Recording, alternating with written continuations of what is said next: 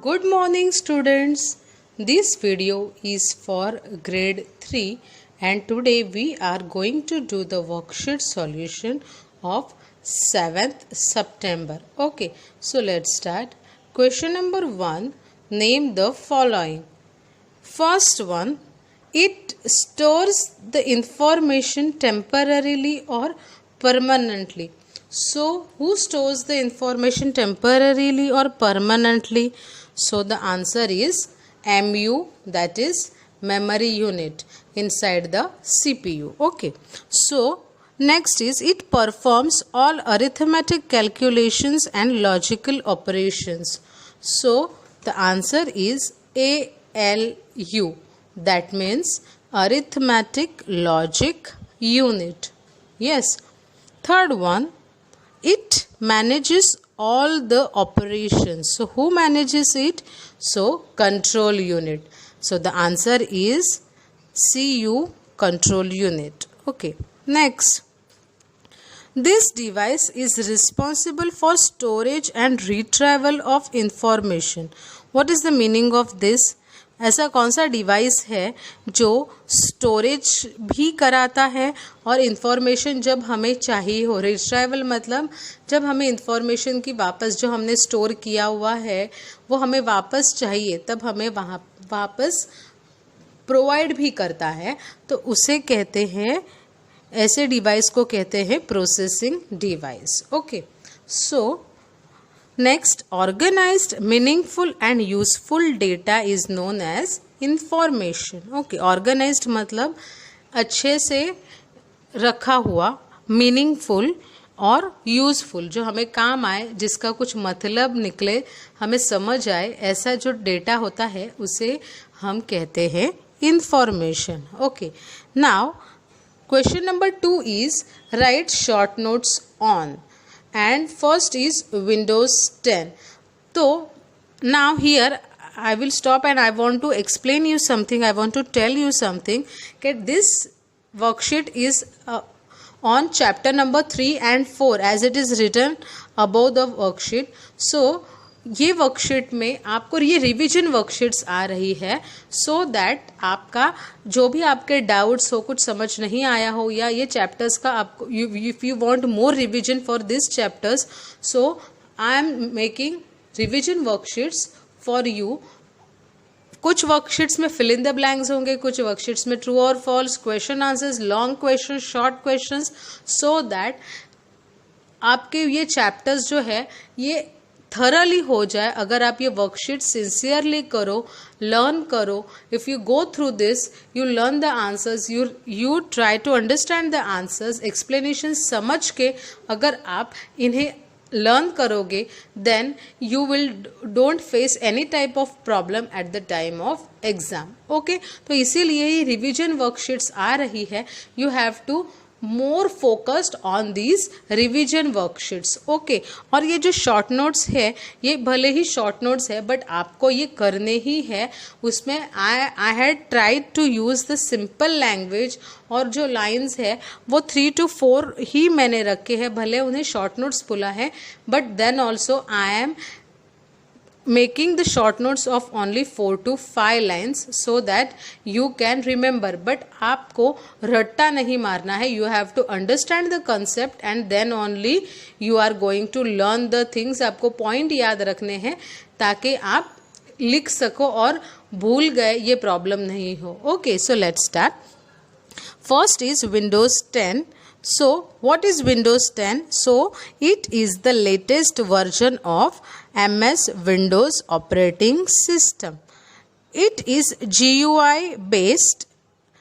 In Windows 10, commands can be given through the images, pictures, icons and menus. Okay, so now turn your worksheet.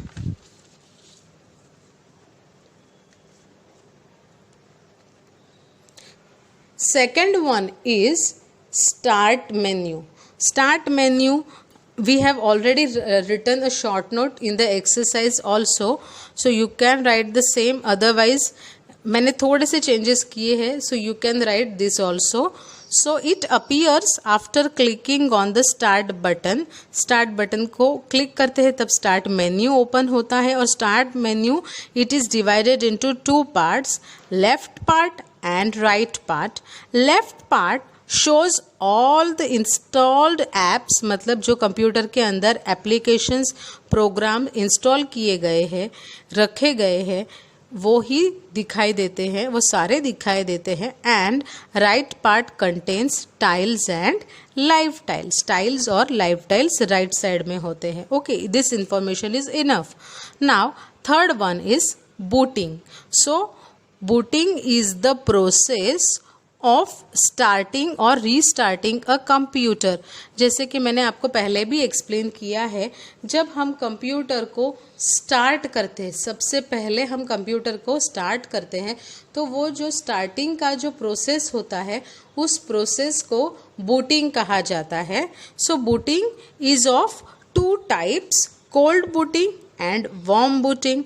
Booting के भी दो types होते हैं, एक cold और एक वार्म. अब कोल्ड बूटिंग क्या है और वार्म बूटिंग क्या है? So the process of switching on the computer is known as cold booting. Computer पूरी तरीके से बंद था और हमने उसे स्टार्ट किया, तो जब हम पहली बार कंप्यूटर को स्टार्ट करते हैं उसे कहते हैं, इस प्रोसेस को कहा जाता है कोल्ड बूटिंग. और जब पहले से कंप्यूटर स्टार्ट ही था, काम चल ही रहा था, but due to some reasons हमने उस कंप्यूटर को रीस्टार्ट किया, तो उस प्रोसेस को कहा जाता है warm booting. Okay, so the process of restarting is known as warm booting. Okay, now fourth one is tiles. So a colourful rectangles और squares, a colorful rectangle or square that represents an app is called tile. मतलब क्या है कि tiles जो होते हैं वो rectangle shape के भी होते हैं, स्क्वायर भी होते हैं, कलरफुल होते हैं, अपने आप को चेंज करने वाले होते हैं, तो बट उन्हें कहा जाता है tiles. Okay, so some tiles are known as live tiles. कुछ टाइल्स को लाइव टाइल्स कहा जाता है. क्यों लाइव टाइल्स कहा जाता है? Because they show frequently updated information such as weather, clock, news दिखाते हैं.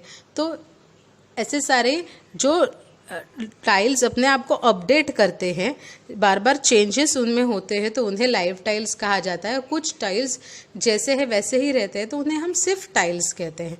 Okay, so now question number 3 is unjumble the words and fill in the blanks. ये जो क्वेश्चन 3 है, ये एक्सरसाइज मैंने आंसर साथ में ही दिया है, बट वर्ड्स जो है, जो आंसर है वो जम्बल्ड हो चुका है. उस स्पेलिंग को हमें प्रॉपर अरेंज करना है. ये एक्सरसाइज आपको हेल्प करेगी टू लर्न द स्पेलिंग्स. अगर आपको स्पेलिंग आ रही हो तो हम गलत स्पेलिंग को सही करके इजीली लिख सकते हैं, but if we don't know the spelling at that time it is difficult for us to recognise what is this word about, right. तो इसीलिए हमें स्पेलिंग्स बाय हार्ट करने हैं. जो भी हार्ड वर्ड्स, जो भी चैप्टर्स के मैं देती हूँ, आपको वो अच्छे से याद करने हैं. उनको प्रोनाउंसिएशन, उन्हें बोला कैसे जाता है वो याद करना है, उनका मीनिंग समझना है, और then you will not find any problem to understand the topic. Okay, so first is information is processed by the computer processor. Second, processing device in a computer is responsible for the storage and retrieval of information. Third one, the tiles on the desktop can be customized and reorganized.